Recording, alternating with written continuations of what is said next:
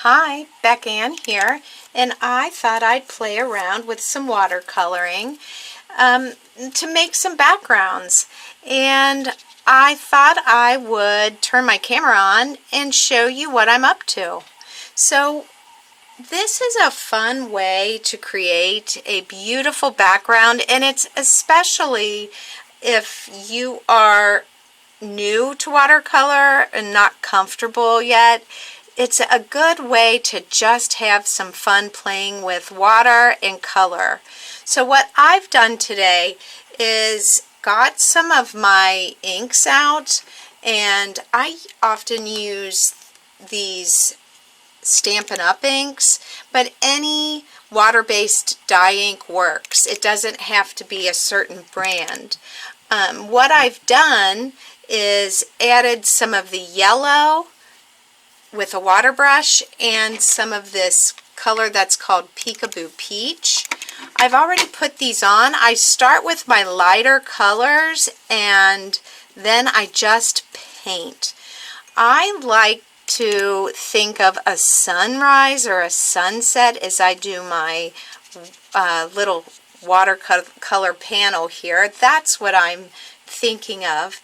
And what I've done is just take some washi tape that I have in my stash. I have a lot of washi tape, and I often use it for things like this and not so much in my cards sometimes, but this works out great. And I have it on my silicone mat taped down, because anywhere it's taped the water will not run. It's a barrier. So I've got my water brush, and I don't have water in this brush, but I like this big fat brush tip. So I've just started adding color. And what I did with my lighter colors, I started with the pan but realized to put it on a block so that I don't mix my colors up. You want to keep the darker away from the lighter ones. So this is just me playing with water and color. And you know, it's a good place to start when you're not sure what you want to craft, but you want to be playing. Sometimes we get brain lock and you want to create, but you're not sure what you want to do. This is therapeutic to play with the water this way. So I started off, I did not wet the panel first, but you could have. I really want the ink to move around on the paper, and so I have it pretty wet as I'm doing this. And then I'm going to move to some purple. And you can see the water really is playing and starting to mix around. In between, I sometimes will go ahead and use my heat gun tool to dry it. So I've got a couple backgrounds here that I did. This is the one we were working on together, and this is one that I did off screen. And then I was working on a third one and wanted to show you the difference, because this one I wet it first, and this one we put it on dry. And with this one it made lines, and this is just a smoother look. And I kind of like this. This reminds me of a tie-dye shirt where it blends, sometimes blends real smooth. So this is just a different look that you can get when you wet it first. It's still slightly damp, but I thought it would be fun to come in and put some pearl watercolor on it, because pearlized watercolor sits kind of on top of the paper, and it gives it a completely different look. And I'm not sure what color we should do. Maybe we'll focus kind of on this green color. Maybe we'll take some of this color here and add it in. We'll get it. And I just want to play and see what happens, because you just never know sometimes until you experiment what's going to happen. I'm liking it, you guys. It's moving around on the paper. It might be kind of subtle. I could go with a darker one. Can you see it? And I'm not sure what it'll be like when it dries. Maybe we'll go with some darker color here. Let's go with the darker one. You know, it might just give it that shimmer. I'm going to pull it down into a little of the purplish color too. I have some stamps I'm thinking about that we could use with this. Ooh, that's really neat. That's going to give it some really fun shimmer, and it's changing the lines that were on the paper also. I think that's cool. Maybe just get some more water on there and get it. And the way that you move your brush, I've been moving it back and forth, but if you go like this, it's going to give it a different look too. Let's move some of it down in here. I'm just going to put the water because there's still sparkle on my brush. I really like how that took away those sharp lines. That's really neat. We're going to have to set this to dry some more, and I'll show you when it's all dry what it looks like. But I wanted to pull out some stamp sets to play with also. So I'm thinking like these remind me of like going to the beach. So we'll see. I'll pull out some stamp sets and see what we come up with. Alright, so I've been playing with the card panels, and this was the one that I put the shimmer on, and I decided to cut out part of it and frame it to make it a little of a smaller little scene. And I had some pattern paper. I thought this was a really neat pattern to go with this. It matched well, so I backed it on some white paper, and I have some cardstock called Pool Party. So this is what I'm thinking with this one, and I have some stamps that I've pulled out and gone through, and what I'm thinking with this panel is, instead of having this be sunshine, you know, when I was making the panels, I was thinking this would be sunshine. This is going to be like sand, and I'm going to stamp some of these bears and make a little cute little summer scene. And this is from My Favorite Things called Beach Bears. So I'm going to play with these. And here's how the other panel turned out. I cut it with some deckled edge dies and backed it on some white. It just makes it pop on this darker blue cardstock. I just am having, so I just wanted you to see how different we can make the panels.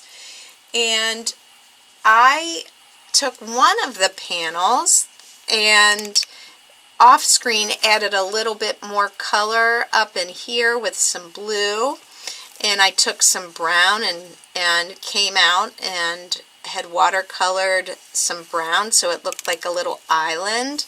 And I used these Peaceful Nativity from Stampin' Up. There are some dies with it, even though it's a biblical Christmas set. I have these palm tree dies, and I cut them out with some brown. I think this is called Crumb Cake, and I had some scraps of green that I actually had stamped with pine needles left over from a Christmas project, and thought that was kind of fun to cut the palm trees out and have that texture on there. And I stamped a sun from this waterfront Stampin' Up set. I used the sun. And then I had a stamp that said "Just for You" and put some linen thread and some pearls that matched. So that turned out really, really cute. So I have some of these images stamped out, and I will be coloring those up in a minute. But I wanted to show you that since this is going to be the sand, and this is the water, and it gets darker, I wanted to take the little sand spots in the set and stamp some of them to give a texture of sand on the, oh sorry, I'm making a shadow, on the sand area, this area that's going to be sand. Now I went ahead and adhered this before I had planned to. I got excited and adhered it. All right, so there's the sand, and I wasn't sure how I felt about it until I fussy cut my little bear, who's got his little flippers, and now it definitely feels just right, like sand. So I'm going to get these down. I think I'll pop this little bear up, and I just want you to see how I very simply used my alcohol markers and colored him.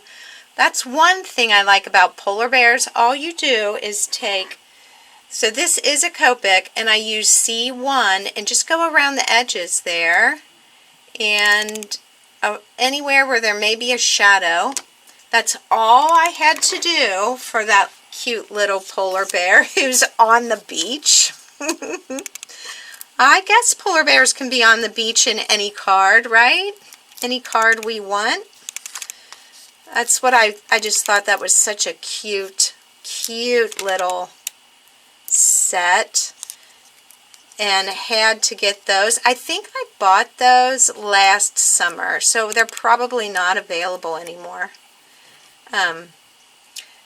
But you might be able to find them somewhere. If I see them anywhere, I'll try and look, and if I can, put them down below. Now here's something I like to do. I like to see how I put glue at the bottom of the feet. I like to sometimes ground my images where their feet are adhered to the ground and pop up the body, so they feel really grounded that way. And I'll often do the same thing. Let's see, how do we want it? Yeah, I think I'm going to glue this little flipper straight down. Now I have to tell you, I don't have this card all figured out. I'm doing it along with you, and I think I want to pop the little sand pail up. I'm just trying to figure it out as we go here. But some things I kind of figure out beforehand. So there's our little scene, and you can really see how this shimmers. This is the panel that I put the pearlized watercolor on, and how that really shimmers. So because we're having a shimmer effect, I was looking through my ribbon. I have all these pieces of ribbon that I just tie on a loop that I have. I was going through those, and then I had won this washi tape. Now this is a kind of washi tape I definitely will not use the way I used for the water panels. This is a real thin. I think it would look really nice behind this panel just to give it some more effect. So I did already glue this down, so I think I'll just have it go all the way across and behind the panel like this. So let's see.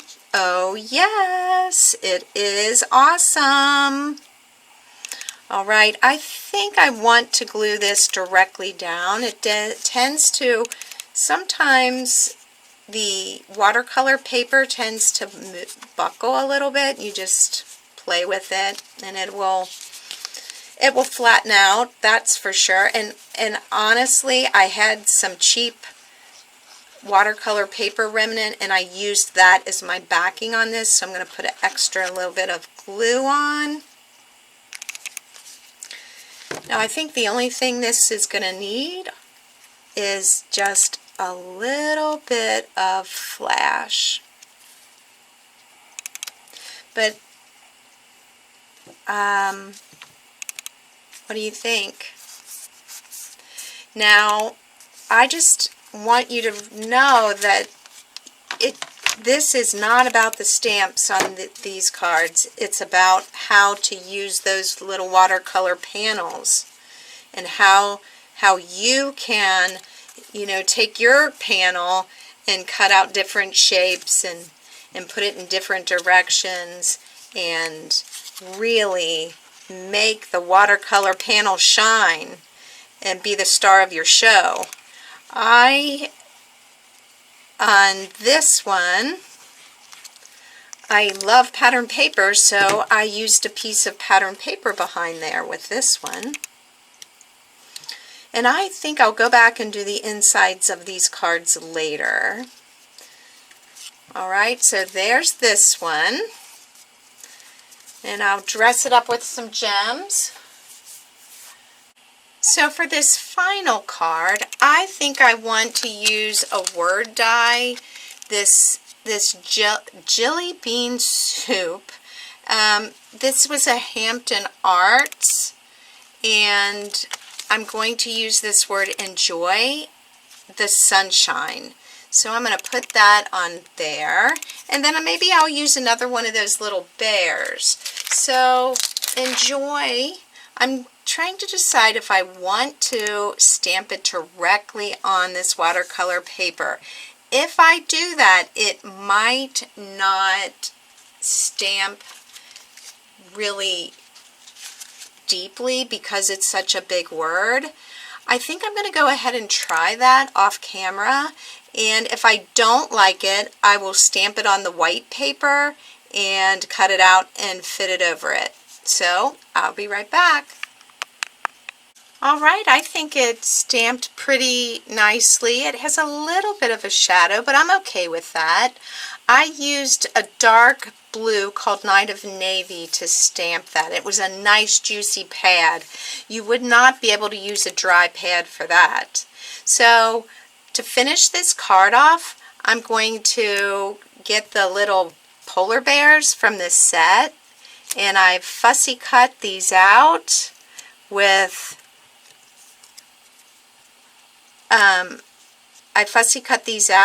and I'm just thinking about where to position them floating in the ocean there. So this was really fun, you guys, to do this with you. I think I'm going to put his little feet on here first. I'm trying to stay in frame for you, but sometimes it's hard. I tried to color the middle of the, what are these called? The floaties, I guess. The ring, the float ring. I colored them blue, different colored blues, just to, as if it's in the ocean there. So, get their little feet on there. Okay, just like that. Oh my, they're trying to balance themselves on the little floaties. Okay, So I hope you enjoyed seeing how to make some easy watercolor panels. It has been really fun for me. This is the one I did off camera. And here's the I hope your day is flipping awesome. If you like what you're seeing, I would love for you to like and subscribe to my channel. It's how I can grow this little fun craft space of mine with your help. Alright, I hope you give some watercolor backgrounds a try. You can just keep on growing and making them wonderful. Alright, I hope you're having a great crafty day, and I'll see you soon. Bye for now.